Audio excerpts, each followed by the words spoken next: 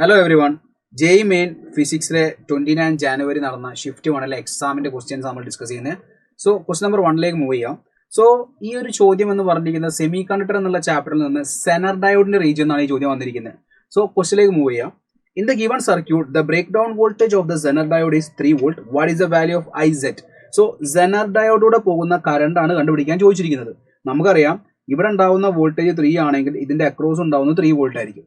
3 volt ഇവിടെ പോയിട്ടുണ്ടെങ്കിൽ ബാക്കി 10 വോൾട്ടിൽ ബാക്കി ഉണ്ടാവുക എത്രയാണ്? 7 വോൾട്ട് ഈ ഒരു റെസിസ്റ്ററിന്റെ അക്രോസ് ആയിരിക്കും. സോ ഈ വരുന്ന കറണ്ട് I എന്ന് വിളിക്കുകയാണെങ്കിൽ what is I? I is equal to V/R.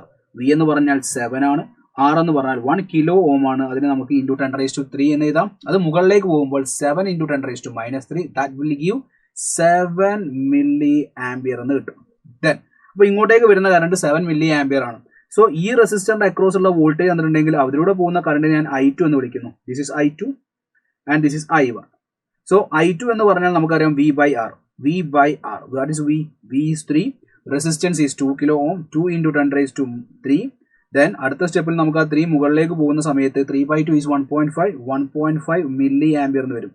So 7 milli ampere നിന്ന് 1.5 മില്ലി ആംപിയർ 2 കിലോ ഓമിലൂടെ പോയാൽ സെനർ ഡയോഡിലൂടെ പോകുന്ന കറണ്ട് എന്ന് പറഞ്ഞാൽ ഡിഫറൻസ് ആണ്. 7 - 1.5 that will give 5.5 milli ampere. Thank you.